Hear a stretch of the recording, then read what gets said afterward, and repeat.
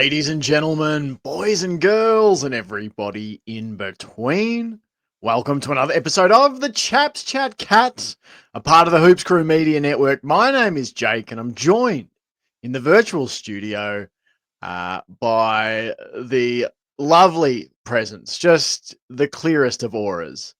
His chakras are aligned. It's Mr. Johnny Larkin. How are you, John? Pretty good. Pretty good, actually. Very good. Had a good weekend. Great win by the Cats. Oscar's extended his lead in the Formula One Championship. And had a cruisy day at work. Cruisy weekend at work. Can't complain about that. I was just looking to see if I've got anything roughly F1 related in the sound drop. So I don't think we have anything. No, we don't. Be surprised if you did. We don't. So we'll work on that one. Put that as a note, Colin. Yes, we are back. Obviously, you'll be aware as you watch this or listen to this. We're not joined by Sambo this evening. So he is currently unavailable. So instead, Johnny and I will fly the ship two-man style, the good ship Chaps. The very first episode of the Chaps was just you and I, Johnny, in the throes of COVID lockdowns, talking about the AFLW 2021 season. Back when we had no idea what we were doing and we talked for hours on end, talking absolute shite. But it was still good shite. Well, they say the more things change, the more things stay the same. So I'll just offer that. On the show tonight, a more streamlined process. Definitely true. Nothing's more streamlined than this, John. I can't think of this podcast is as streamlined as, if you can imagine, US president having a military parade and the sort of levels of orchestration and optimization that would entail. This podcast is right up there with what that might theoretically look like. So lots to be excited about if you're listening to this. I mean, you're absolutely giving your earbuds and your eye holes a tantalization tonight. And on the show tonight, we've got the Cats Blitz the Bombers in round 14. Going to recap all of the action there. Geelong dealing with the Bombers in the easiest of fashion. We'll jump into the Patreon then after that recap. There's a bit of news to discuss. We'll talk about that. And we'll cast our eyes forward to round 15 against the Brisbane Lions. So big matchup on the horizon for the Cats. We'll do all of that over on the Hoops Crew Patreon. You know where to find that. Just go over. You can start a 7-day free trial. You get extended versions of our shows. Paul does a regular sort of mini show called The Scratching Post where you can suggest topics and he talks about them. There's VFL coverage from myself. There's another episode dropping Wednesday. And Johnny, there's some good VFL shit to talk about. George Stevens churned out another 30 disposal performance on the weekend. Ted Closey, Jai Clark both had decent games as well. So there'll be much to talk about. George Stevens must be banging on that door pretty heavily at now. So from what I've been told, he's been lightly knocking the last few weeks, but it's seeming like it's a heavier knock now. Oh yes, it's that big meaty knock on the door. Thump, thump, but the problem is, what is he knocking with? That's the question. Yeah, where do we put him though? Where does he fit into this AFL side? Because it's not an easy side to crack into at the moment. That's the sort of stuff that I, might talk about on the VFL show. Ooh. So that's why you should get over on the Patreon. You won't talk about it here, compadres. No, absolutely not. God forbid. All right. Well, we're going to get now into the public show. The full. I might have to sign up for the Patreon just so I can listen. You might have to maybe sneak in for the VFL one week, John. A guest appearance from Johnny on the VFL coverage. Well, let's do it. A couple of weeks. The people want to see it. Yeah, you won't be able to talk for one of them, but you do have 2 weeks off, so maybe the second week. Possibly. All right, let's jump in to the public show. We're going to break it all down for you, Cats v Bombers. But briefly, before we do that, we have to say a big thank you to the people who make the show possible. The Hoops Crew Media Network is proudly sponsored by Cyril Cook Florist. Visit them at shop 12 11 Leather Street in Breakwater. Phone them on 035 222 2244 or visit their website at www.cyrilcookflorist.com.au and use the offer code GOCATS in the voucher field at checkout to get 20% off your next online purchase. There'd be 1,000 blossoms bloom. Absolutely. Thanks, Bob. Got to remember, let the blossoms bloom. All right, let's dive in. Wake up, dickheads! It's 2025 and Geelong are playing like the team from your frothiest Geelong wet dreams. Remember that cheap imitation slow as treacle Clarkson ball garbaggio we tried to play during the 2010s while we got our ears boxed in during the finals against teams who came with brass knuckles and shivs? That shit is gone! Placed into a canister during the 2022 preseason, loaded into the secret nuclear missile launcher underneath the Barwon River and fired into the hottest corner of the sun. Wake up, dickheads! This might be the most fun you've ever had watching the Cats. On Saturday, it was a 4:15 p.m. edition of Country Round, played in the heart of Victoria's biggest metropolis with barely a hay bale or a g'day in sight. An acknowledgement in name only, just like Essendon's ambitions of winning the game of football. You know what a fugazi is? Fugazi, it's a wazzy, it's a woozy, it's fairy dust. It doesn't exist. It's never landed. It is no matter. It's not on the elemental chart. It's not fucking real. You know what isn't a fugazi? The credentials of a Cats team who swarm like murder hornets and score like Pete Davidson. Where did it start? After 3 minutes, 21 seconds, as Sean Manor sunk his slipper into Geelong's first major of the day. 6 more first-term goals would follow as Essendon's backline was opened up like a packet of chips. Cameron twice in 5 minutes, Manor with an acute angle strike, and back-to-back goals for rising tower Shannon Neal. The second term opened with Jeremy Cameron's third and fourth scores of the match, his 41st and 42nd goals of the season, while Brad Close sliced his way onto the score sheet at the 20-minute mark to extend Geelong's lead to 41 points. Essendon snatched a late major via the boot of Matt Guelphy, but the first half had been a merciless muscle flexing from a Cats team who, when occasionally challenged by Todd Goldstein and Essendon's spirited effort around the stoppages, responded by swatting down the challenge with intercepting possessions from Blitz, Stewart and Guthrie, or unrelenting pressure on the ball carrier. The third term saw the scoreboard seesaw as Essendon opened space with some rapid ball movement by hand, but goals to Wright and Dersma were cancelled out by scores to Max Holmes and Jeremy Cameron before the Cats added the game's next 3 majors to blow the margin out to nearly 10 goals. Essendon managed 3 of the quarter's last 3 scores, but still found themselves a whopping 49 points adrift after their best scoring period of the match. We have seen matches in the past, Johnny, where an extremely professional Cats side might have put the cue in the rack in the final quarter with the result already salted away. On Saturday, the Cats took the cue and savagely beat a timid final quarter Bombers side over the head with it. Essendon's efforts to move the ball from defence into attack were predictable, something no side can afford to be against this frenzied Geelong horde. Turnover after turnover resulted in waves of unceasing Cats attacks as the team from Cardinia Park piled on 7-5, 47 to 1 behind in the game's final half hour. Myers, Neal, Dempsey and Cameron provided the first 4 avenues. Manor, Stanley and Dempsey for the second time put the finishing touches on a delightfully dominant 95-point demolition job that felt devoid of any real threat from the opposition. 10 goals too from forward pillars Cameron and Neal, 77 disposals and 14 clearances from Smith and Holmes, 48 marks from Stewart, O'Connor, O'Sullivan and Martin, 19 tackles and 79 pressure acts from Manor, Atkins and Myers. A complete team performance with every player making their mark at some point in the 4 quarters.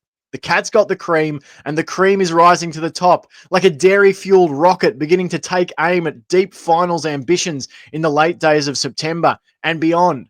So I say it again, wake up, dickheads. That team of ferocious and creative ambitions that you once craved is here. Don't take it for granted. Don't spend your time calculating the results to come with what needs to happen in order to secure this final or this ladder position or that. Enjoy every moment of the here and now. Before you know it, we'll all be old and this team will be gone and floggings like this will no longer be the expectation. So enjoy it, Cats fans, for as long as this ride rattles on. It's a 21st century footy ride like no other. Cats 23-13, 151 to the Bombers 88-56. Johnny Larkin, your thoughts on the game? Well done again. Absolutely fantastic work on the intro blurb. Sensational as always. You're on mute, so we didn't get the thank you, but he said thank you. Thank you, John.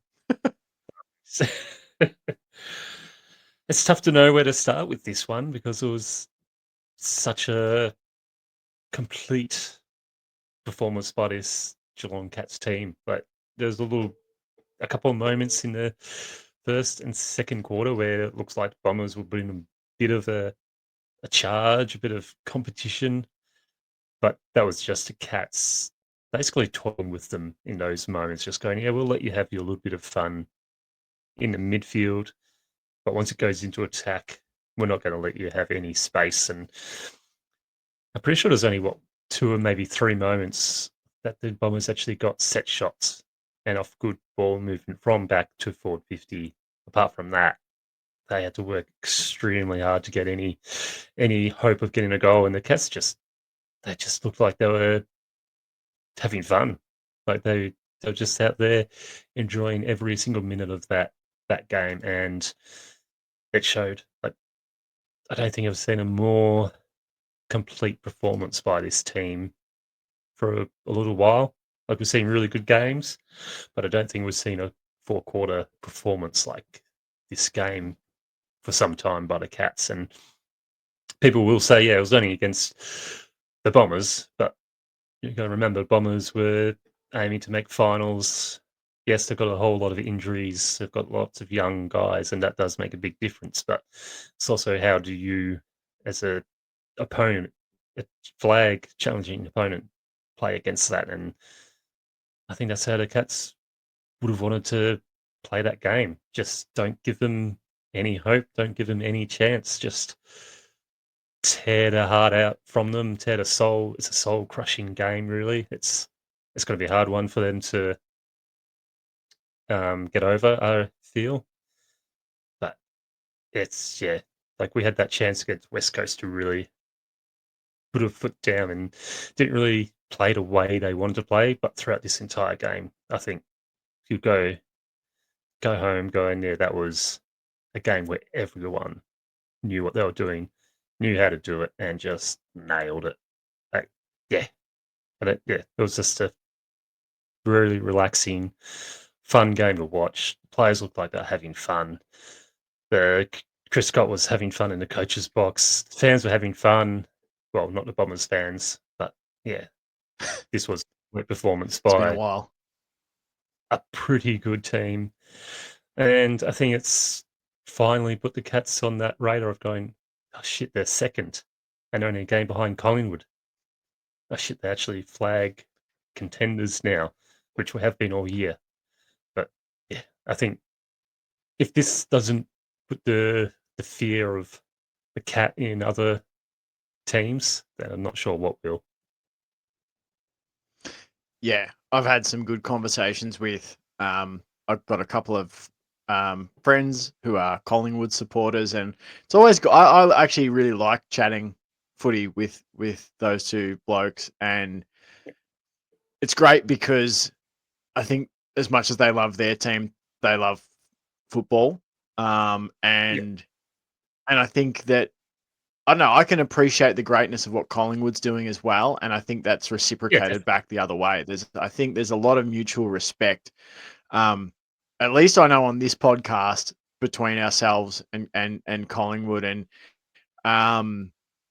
it's so hard to do, to win as many games as these two sides are doing. I mean, Geelong's done it for so long. We talk about it nearly every week. Like, I don't know how they do it. I actually don't know how. It's one thing to have the players and continually top up the list with talent. But it's another thing to actually go and get the results. Like you would think that they would fuck it up more often. You would think that, we are literally now trending. If this side goes, the thing is, it's not just old players anymore. It's like the list is starting to get younger. Yeah. Some of those older guys are going and it's getting younger. So if this does continue, like we are going to be talking about 20 plus years of just ridiculous standards of excellence. And I don't know how they get themselves up for it each year, each week, each quarter. Like, it's incredible. I still, as I said, I think it was a couple pods ago, or it might have been last week. I can't remember. I still think it's the Joel Selwood effect of this is the standard that we set ourselves.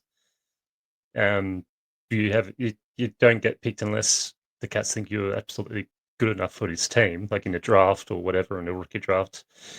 So obviously, absolutely get the right players, and then they instill that idea of this is the standard up we expect from you.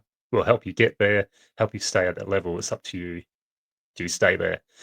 And I think it's just that never give up, never doubt yourself, and always play as a team. I think it's that's also a major factor is you don't see many Cats players try and do something stupid or outrageous for self-glory. There's always that idea of how do I bring a teammate into this? And there's and I still think it's just the Selwood effect. I think what he helped build with Sling and all the other legends of yesteryear already, and he's just helped continue build that. And then Dangerfield's obviously picked that up hugely, along with Atkins and Stewart. So I think it's just that idea of I think this is what Geelong stands for. Let's not forget about it. And the senior players won't forget about it, and they're instilling it in the next generation. Yeah, and I think that's what's really exciting is that if you think about it, like, yes, it's the Joel Selwood factor, but in order for the baton to be passed, there needs to be people there to take the baton. And like Selwood's not there anymore. And so, it's and what's great about it is it's not just say Danger and Cameron and Stewart on the weekend. Like I thought the people that typified Geelong's approach were like Brad Close, Brian Myers, Sean Manor, Jack Martin, a number of players who were just all about doing the little things, all about playing their role. It wasn't just the stalwarts. It was, players who haven't been at the club necessarily for a long time. I know Brad Close has been there a while, but, he's not the player that, the AFL's putting on the poster. He's not the player that's selling all the merch. Like, but he's so crucial. And it was such a good game from him.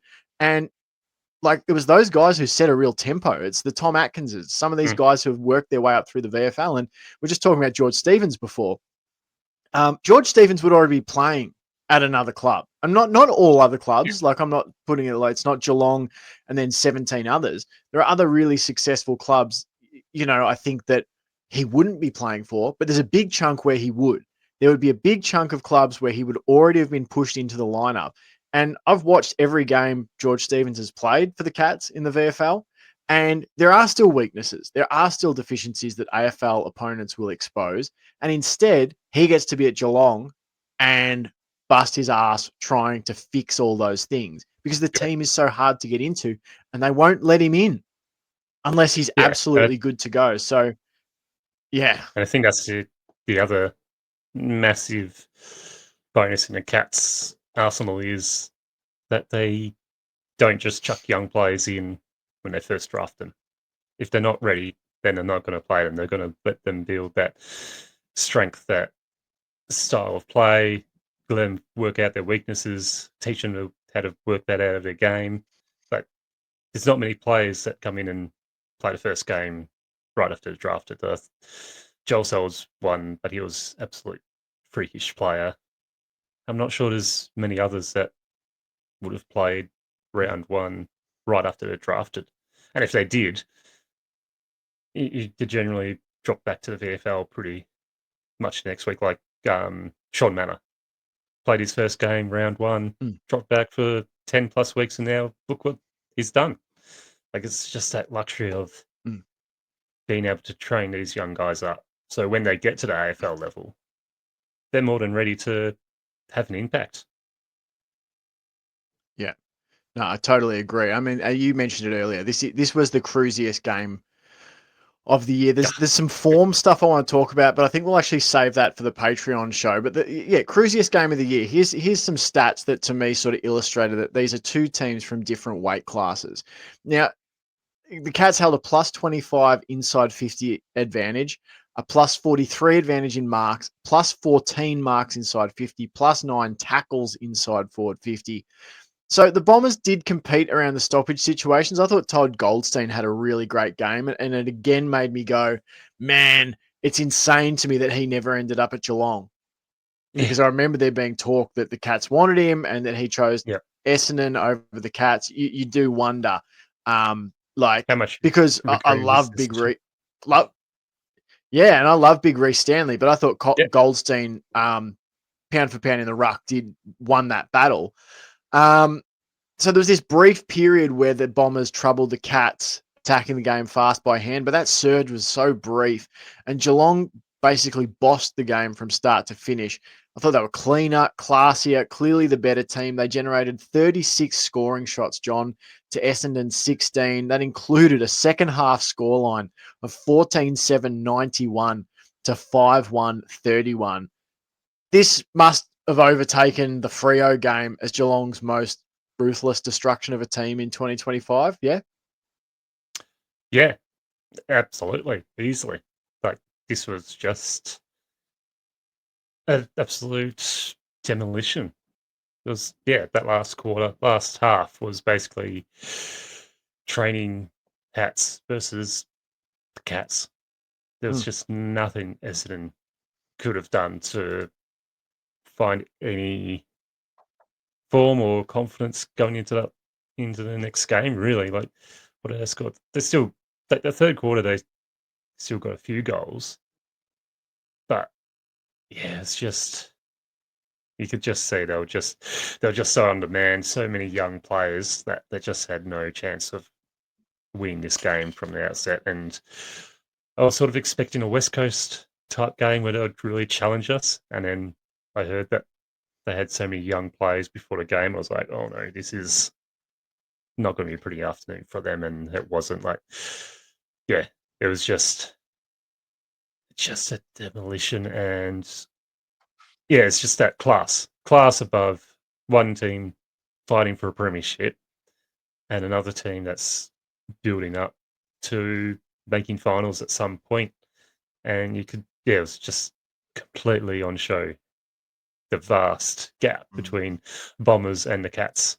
So it's probably one of those games that Bombers will go, we can learn a lot from this. Like, this is where we are, and this is where we've got to be to even think of challenging the top teams. And it's a long way to go, unfortunately, for the Bombers. But, for the Cats, they would just continue to impress.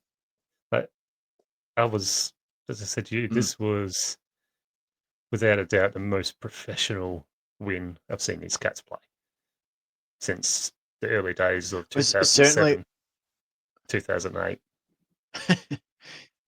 It was just... It felt like that. It felt like one of those wins. Like where Geelong would go in, they'd play in about third gear. Like, I really don't think we ever got into top gear in this game. I think we've played better games because if you apply the context of the opposition, like obviously the game over Collingwood was was a better performance from the Cats. The game over the Dogs was a better performance. The game over the Crows, the Suns, like there are better wins. But in terms of just like, it was just unfair, really. Like the way Geelong beat them was just so lopsided. It was really unfair. And it's sort of just that moment of Essendon going, we really have to play them at this time. They've just come off a big win against Gold Coast. why us? Why do we have to suffer this? And they suffered big time. But yeah, like just the professionalism of how the Cats went about it was. I still just go, yeah, it was just business. It's just like, this is what we're going to do. Mm. Let's do it. It's like, all right, we'll go out, we'll play this way, and they did. It's like, yeah, just uber professional from every single player. Everyone knew the roles. Everyone knew what they were going to do. It felt like everyone knew what was going to happen 5, 10 disposals before it happened. Because it's like, all right, Tom Stewart's going to mark that. Let's get ready to rebound. Oh, he marked it. I'm in the right position. I've got it. On to the next guy who's going to be 20 meters to my right on the run. I'll kick it 30 meters, 10 meters ahead of him so he can run onto it. It's just, yeah. I was literally talking with Jack when we were watching the game and just saying, like, I think I was saying, you watch about 6 kicks time, this is going to be turned over. Like that last quarter was bad, and I know they're a young team, but it sort of shocked me, to be honest. Like, it was probably a demonstration of the gap between the two teams, that they came off I think they kicked 5 goals to our 7 in the third term, and I thought, to their credit, like, they did some good things when they took the game on and were like kind of brave and move the ball quickly, and then they just like fell on their own sword in the last quarter. Like, they're trying to kick it outside of, to transition the ball, sort of kick to kick to kick, slowly and methodically. Like, that's suicide against Geelong. Like, it was just, and the fact that they stuck with it, I sort of couldn't believe it. It was a little bit of like, they were sort of paralyzed into just doing the same thing over and over again. And it was getting to areas where it was like, Jesus, this is almost like a bit sad, I suppose. And it's going to be interesting. I mean, not as a Cats fan, obviously, but like, fuck, it was non-competitive. Like, it was as close to being, and this is why I said at the start, John, like, we've got to remember to enjoy these, because it was as close to being boring as a Geelong game has been this season. Like, we've said it a number of times. It was not competitive. It's going to be interesting because we play them again in 8 weeks down at Kardinia Park. So that will be a real interesting test for them. It will be. It's sort of like that Simpsons episode where Homer's Krusty the Clown and he sees the burglar trying to take the hamburger and he's bashing him on the ground, and the child's just like, stop, he's already dead. That was the third quarter, basically. That was the fourth quarter, sorry. Yeah, just stop. They're dead. You can stop. Oh no, they're still going. And I wanted to talk to specifically, Johnny, like the mauling mass, like that relentless pressure from the Cats, and it was from siren to siren. Like, it was from the start to the finish. It just crippled Essendon's ability to move the footy out of the back half. Sean Manor, Brad Close, they each had 25 and 18 forward half pressure acts. Atkins and Stengel had 15 and 14 each. In total, the Cats applied 290 pressure acts. 180 of them were in their forward half.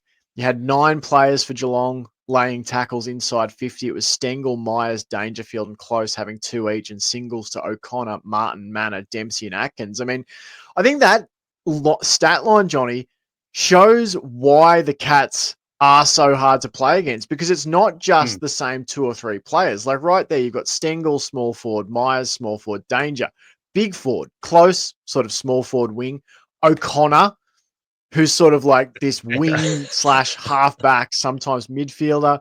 Martin's a halfback. Dempsey, medium forward. Atkins, a genuine mid. Manor, obviously, small forward / sort of scrappy little mid. Like, everyone's applying pressure. And even in other weeks, we've seen it come from Neil, or, having like 3 or 4 tackles inside 50. Like, there's no relenting. You were just going to be pressured. Like, how impressive was that to you, that it wasn't just when the game was on the line, which wasn't for very long. It was when the game was bloody done and dusted. Yeah, it was just they were just unstoppable. Like, as you said, Bombers definitely felt like they were just absolutely paralyzed, and they had no idea what to Mm. do because of that relentless pressure of just, if I kick it there, is he going to mark it, or I need to kick this perfectly? And they've just put themselves under that much pressure that they continued to just overkick it or miskick it or not take the mark or play on at ill-opportune moments. And the Cats just feasted on those opportunities every single time. Like, what was that? I think it was 16-11. Yeah, I think it was 16-11, 107 points off turnovers. Like, that is an enormous amount of points to score off just turnovers. Like, that is huge amounts. And also read another stat saying that since 2015, no team during a season has averaged over 15 tackles inside 50, which is what the Cats are averaging at the moment. So the inside 50 pressure is relentless. There was actually a great video by, I can't remember his name, I'll look it up. It's just a small YouTube channel guy that did a little video on the Cats, how they're so good inside 50 and what their inside 50 is a masterclass above in the AFL. So I'm just bringing it up.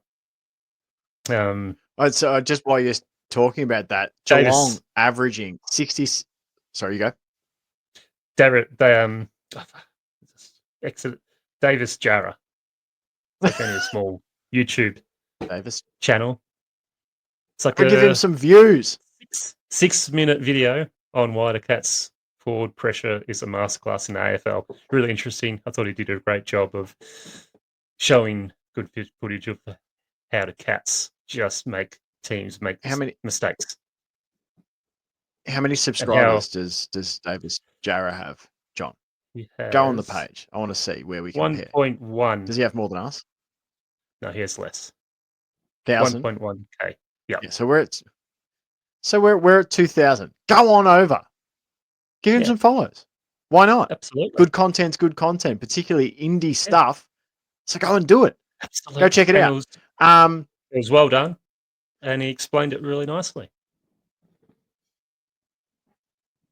Probably unbeknownst to us, it's probably like massive social media presence. Probably everyone's like, you fucking dickheads, you don't know who this guy is. Who cares? We're being nice. Instead of being like the TikToks don't visit other people's channels, don't do it. No, go visit other people. Go explore the wonderful World Wide Web and get your independent footy stuff. Just don't visit the team that shall not be named content. Yeah, exactly. Don't go on any hockball shit. AFLW guy, he was nice. Yes, he was good. Soaring to new heights. You can go check their stuff out. All right. So Johnny, tackles. Begrudgingly. Cats are averaging 66.6 tackles a game. That's the most of any team in the comp. Now Carlton are up there, but Carlton are also shit. They did beat us, but I think that if you play that game 10 times, we'll beat them more times than not. Collingwood, Adelaide, like the usual sort of, like I think most of the top four, except for Brisbane aren't. Brisbane's tackle numbers are down, 55.1. I don't know if that's down on last year, but anyway, tackles inside 50, Geelong 15.6 per game. Next closest is Carlton with 12.8. So we've talked about it ad nauseum on the pod, Johnny. Like that is the key. What Geelong's identity is now built around is pressure all the time. Chase and effort. And like, I think that's why, again, bit of foreshadowing for the VFL coverage. That's what you're needing to see. It's all very well for George Stevens to win 30 touches. But there's now guys averaging 30 touches in this AFL team. You know, Bailey Smith is tearing it up. We've got that sort of disposal sponge player in Bailey Smith. We've got a really damaging, 25 to 30 touch or more player in Max Holmes. So what are you going to offer in addition? And it's really important. And there's a number of VFL players that they have a lot to offer in certain facets of the game, but is their pressure good enough? I think about players like Patrick Rechko, amazing player. He's averaging 20 touches and a goal a game from the wing in the VFL. Is his defensive pressure good enough? George Stevens. Is his run and chase good enough? Racks up tackles around the stoppages. We've got guys who do that. So it's really, that is a key thing that I always look for when I watch the VFL. Do you tackle? And not only do you tackle, do you chase? Do you effort? Do you give pressure? Because all of Geelong's players did it on the weekend, and it was bloody magnificent to watch. Couple of tall forwards, Johnny, Jeremy Cameron, Shannon Neal, they kicked 10 goals, 2 between them. Dangerfield obviously is back, and we had questions around how would Cameron respond, how would he go once Danger was back in the forward 50. His form hasn't wilted at all. Like, I know we had the questions around how his role or impact would change, but the weekend sort of served as a bit of proof to me that he's not going to slow down. The West Coast Eagles game, I think Danger back after the West Coast game as well, or was it the Suns game? I can't remember. Suns game, he was back. The important part of it is that, like, he's not slowing down, Jezza. He had 6 marks and 6 goals. He probably could have had more. I thought it was really funny and sort of illustrated how lopsided the game was, that he has his set shot taken away from him because of the Bailey Smith free kick. And I literally said, come on, get it back to Jezza. Like 20 seconds later, they deliberately find him for a cheapie out the back to even the ledger. But then Shannon Neal too, Johnny, tracking beautifully. 5 goals earlier in the season against the Dogs, 4 goals in this belting of the Bombers. Thought his marking and kicking is looking confident. He had 9 grabs, 4 goals, 1 in front of goal, a couple of tackles. Just your thoughts on the 2 spearheads and how you feel that they're, how do you feel that they're going and how that's looking as a duo? Yeah, pretty deadly. That's a pretty deadly duo. Jeremy Cameron's going to do Jeremy Cameron things. He's going to pop up and easily kick 6, 7 goals without breaking a sweat. It's crazy to think some fans thought he was out of form and needed to have a rest. Now he's kicked. There were calls to drop him to the VFL. Yeah, he's I'll get the stats for you. You keep talking. Stupid amount of goals in the last 6 games. And yeah, he's just gonna do what he likes. It's his forward line. Absolutely, he's the one that controls that and does it really nicely, but also makes sure he's not getting in the way of other guys, and the other guys don't get in front of him either. And then Shannon Neal, absolute fantastic game by him. He's really starting to progress in the right way. Like Tom Hawkins 2.0, really starting to take shape beautifully. That kick by Bailey Smith, I was like, oh, Bailey Smith, what are you doing? You're kicking it straight to an Essendon player. And then here's Shannon Neal just gliding across, taking a beautiful mark. And I was like, that was a perfect kick by Bailey Smith. And I tell you what, I don't think there's a more amazing set shot than Shannon Neal in the game. Like his run up, his effort, the effort he puts in looks so minimal. Like everything about his kicking action just looks so relaxed, and yet there's so much power behind it and so straight. Like there wasn't a moment where I thought he was going to miss a goal on the set shot on the weekend, and rarely either. Like it's just so straight. Even when he hit the post, it was still dead straight, dead set in the middle of the post. Gun barrel straight. Yeah. He's 20 beautiful to watch.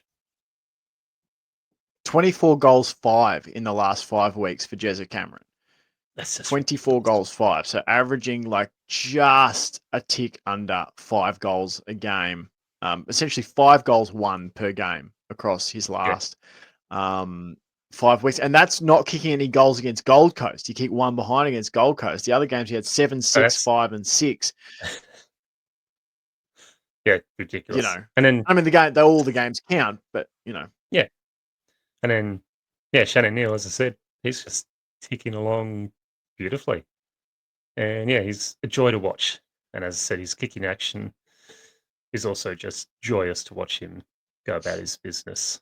And his marking, his leading, everything everything is just starting to really take shape for him. I've got a question for you, Johnny. Though you said, Tom Hawkins 2.0, but like let's dig in a little bit here.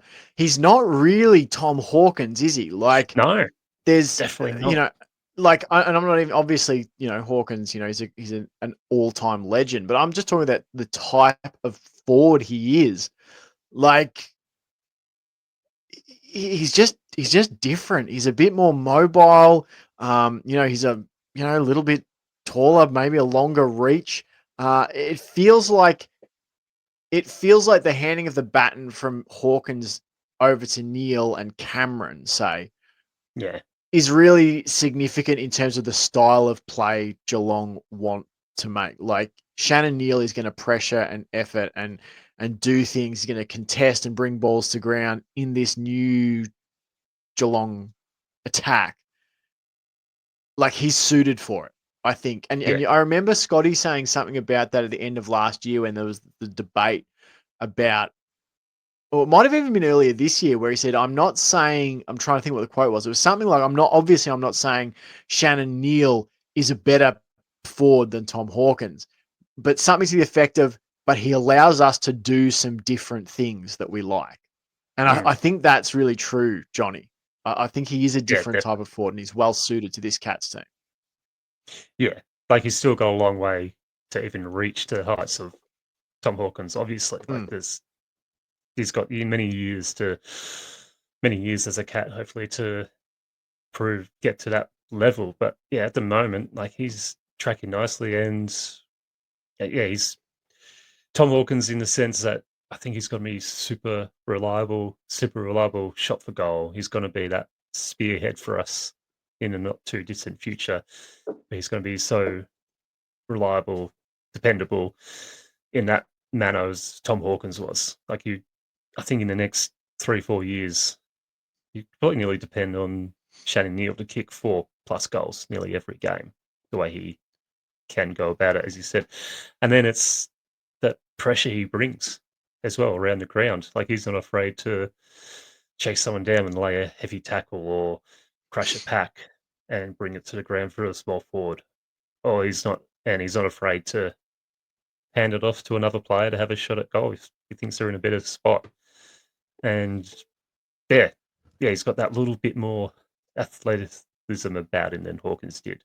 Obviously, completely different body builds. Like Hawkins, all his career was absolute beast of a human, and you can just see Shannon Neal play that a little bit taller, a little bit leaner, so he can maybe just get that turning angle a bit sharper, which really helps. But yeah, I still think, I'm super excited to see what Neil can do in the near future for the Cats. This is an illustration of that point, Johnny. 2.7 tackles per game this season for Shannon Neal. That's good. He's laid 38 tackles in 14 games. He's averaging 2.7 tackles per game. Tom Hawkins tackles, on his career 1.8. And again, different types of players. And so that's not a dig at Tom Hawkins. It's simply to say different type of forward for a different type of system. And I think if he continues to put it all together, Shannon Neal can have his own. I think he can carve out his own legacy at the Cats. This is like he's a massive forward. He's had games this year, Johnny, of 5 tackles, 2 goals, 5 tackles, 1 goal, 5 tackles, 1 goal, 4 tackles, 1 goal, 6 tackles. Not 6 tackles. Where 5 tackles, 1 goal. He's had 3 games this year of 5 tackles. So, in matches where he might not hit the scoreboard as heavily, he still offers something. So that's nice to see. There's a couple more talking points out of this game, obviously, but I think we should do our votes now and then take the extended stuff over to Patreon. So let's talk votes. Now I'm going to lead off. You lead us off with yours, John Doe, your 1, 2, and 3. I'm just going to dig Sam's out here from the chat. So off you go. Let me get them. So my 1 vote, I'm going a bit left field. I'm going with Zach Guthrie. I think it was a very nice, solid game from Zach Guthrie. I liked the way he was able to move from defence to forward line, delivering a few inside 50s, 20 disposals, a couple of tackles. I just thought I wanted to give the defence a nice little boost, and I thought Zach Guthrie hasn't had a vote for a while, and I thought he did an excellent job this game of being a part of that awesome defence that only let 56, 55, 56 points through. Well done to him. 2 votes. Going with Bailey Smith, and my 3 votes, Max Holmes. I forgot I wasn't meant to talk about the players, but I did for Zach Guthrie. That's all right. We can do it. This one's such a tough one. There's players who are gonna go without votes who absolutely deserve them.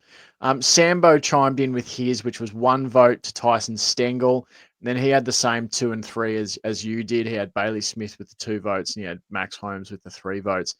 I ummed and ahed over this, and I've ended up giving my single vote to a player who's probably missed votes in a couple of games where maybe he should have got votes this season, but by virtue of other performances, he just got pipped. So there were so many names, and maybe we can talk about them on the Patreon show.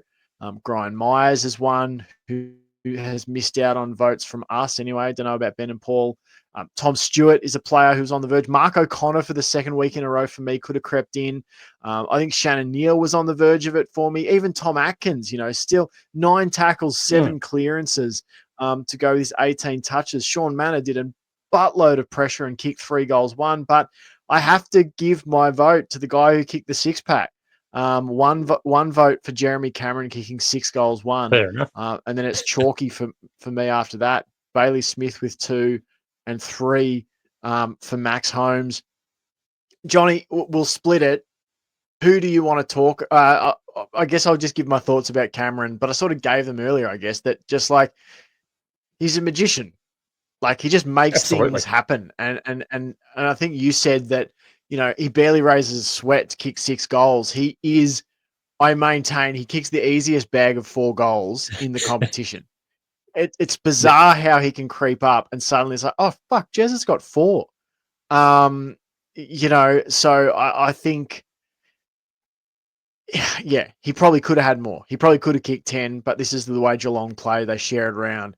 Another brilliant game for Jezza Cameron. I think it was Jack who said, I think it was after a miss or, something, or maybe it was Jezza Cameron just giving some feedback to his opponent, saying like, good job on in a marking contest or something, and sort of having a laugh. And I think Jack said, God, he just doesn't seem to like take it very seriously. Like, and I think he does strike that balance perfectly. He's like a professional athlete. So of course he takes it seriously, but he puts himself in this light frame of mind too. Where he can have a laugh mid-game, and I think that's why he performs in so many big spots. Absolutely. You can even tell. Do you want to talk about? Oh, yeah, 100% on the YouTube channel, etc. too. Do you want to talk about Smith or Holmes? We'll take one of the 2 and 3 vote getters each. That's a tough one. I know. It's a tough one because I want to talk both. I might take. I'll talk both. Give me your thoughts on both. I don't care. Give us your. Oh, all right. Go Holmes. Holmes. I talked Holmes a lot last week. So I'll just start off with Max Holmes' game. Was the highest rated game by any player this season so far. So that shows a long way of how impressive he was.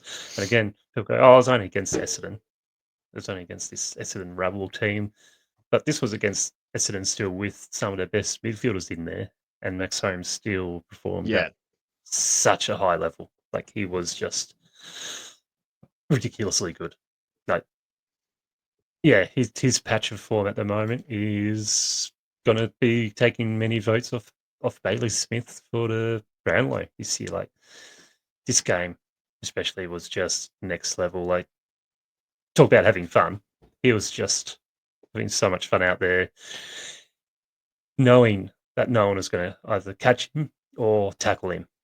And then that, I can't remember, I think it was like in the third quarter, that kick on full sprint to Dangerfield was just exquisite. Like, that was like, I don't think I've seen a better kick from a midfielder going that speed into the forward line.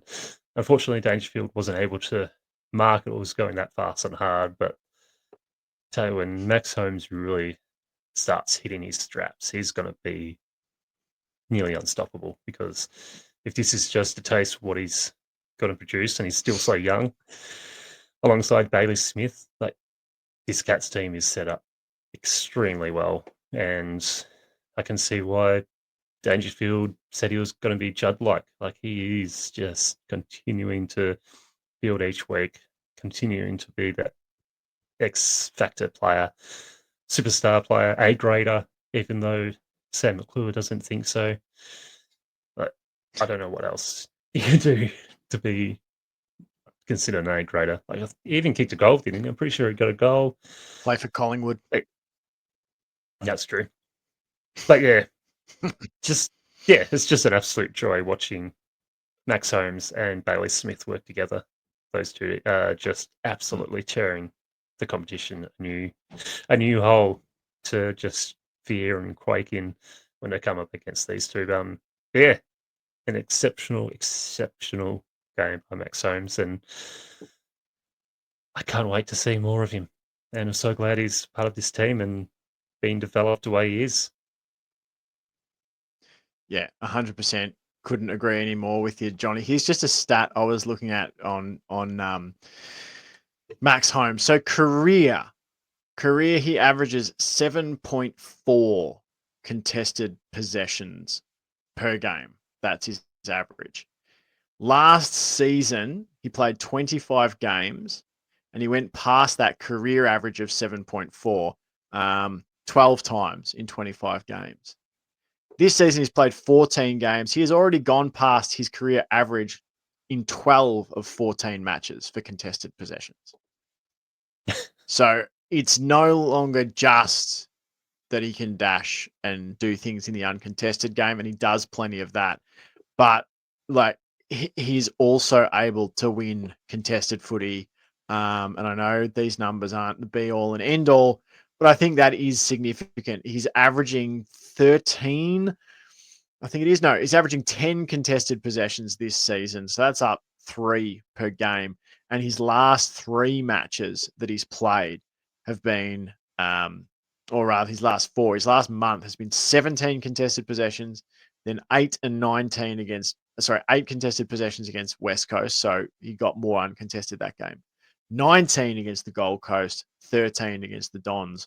So yeah, he is coming on in leaps and bounds. And if you look at his career, Johnny, like if you look back at like a Gary Ablett Jr., the first few seasons, might be averaging like 9.5 touches, 16 touches, edging up towards 20. That's where Max Holmes is. 9.8 touches, 15.5 in his second season, 19 in his third season.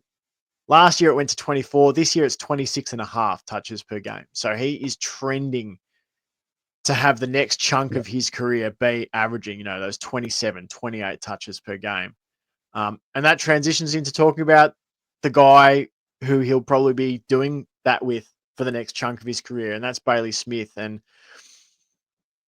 since we started this podcast, John, a big cry out for like what would help Geelong really like take their game to the next level is just a hard-working possession sponge, someone who can get that, get the ball, give it off, work hard, receive it back. And that's what we're saying. We just need that player who can rack up like 30 touches a game. They don't even have to be, particularly damaging with it. We just need that hard-working link player that creates that overlap. And Bailey Smith has done it. It's an A+, so far this season for Bailey Smith. I could not have envisaged it going any better. He has 10 contested touches, 30 uncontested possessions, 41 disposals in total, 7 marks, just a couple of tackles, 6 clearances, 2 goal assists. He has added a remarkable dimension to this midfield. I think it's transformed the games of a number of players. It's added depth to Geelong, not just at that position, but what it's allowed them to do with other players. It's freed up Tom Atkins to be his best self as well. I think, Tom Atkins now is not the only, grunty, hard-working player in that Geelong midfield. So, yeah, absolute take my hat off to Bailey Smith. I think he's come in and, Geelong would have sold him a vision of what he could be, and he would have said, yes, I can be that for you. And credit to him, absolutely true to his word. He's been everything and more than you could have hoped for. Speaking of tackles, there was only 3 players that didn't lay a tackle in the game. Do you know who they were?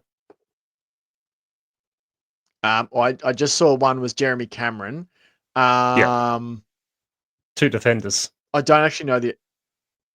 Oh, was the other one Connor O'Sullivan? No. Oh, who was it? Tom Stewart and Sam De Koning.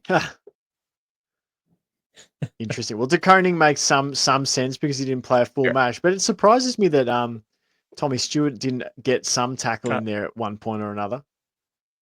He was just taking all the marks. Yeah, 16 marks. All right, that is all for the public show. I said to Johnny we'd do 45 minutes on the public show. Fucking blew past that shit. I laughed at him. Yeah. You sent me the brick from Anchor gift going, ha ha ha, good one. And yeah, you know it too well, Johnny. Once we get talking Cats footy, it's hard to get off it. Thanks so much for tuning in to watch. Thanks so much for tuning in to listen. Oh, exactly. A gluttony of good footy. So yeah, no, we'd love if you could hit that subscribe button. We have just passed 2,000 subscribers here on YouTube. If you love what the channel does, we would love for you to hit subscribe.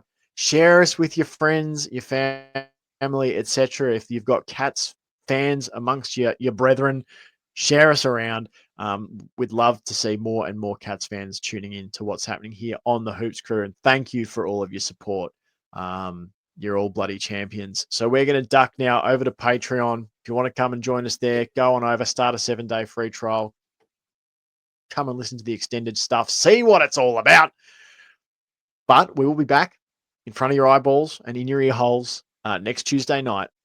The Cats, their last game before the bye against the Brisbane Lions. So we will see where these two teams are at. Until next time, go Cats! Go Cats!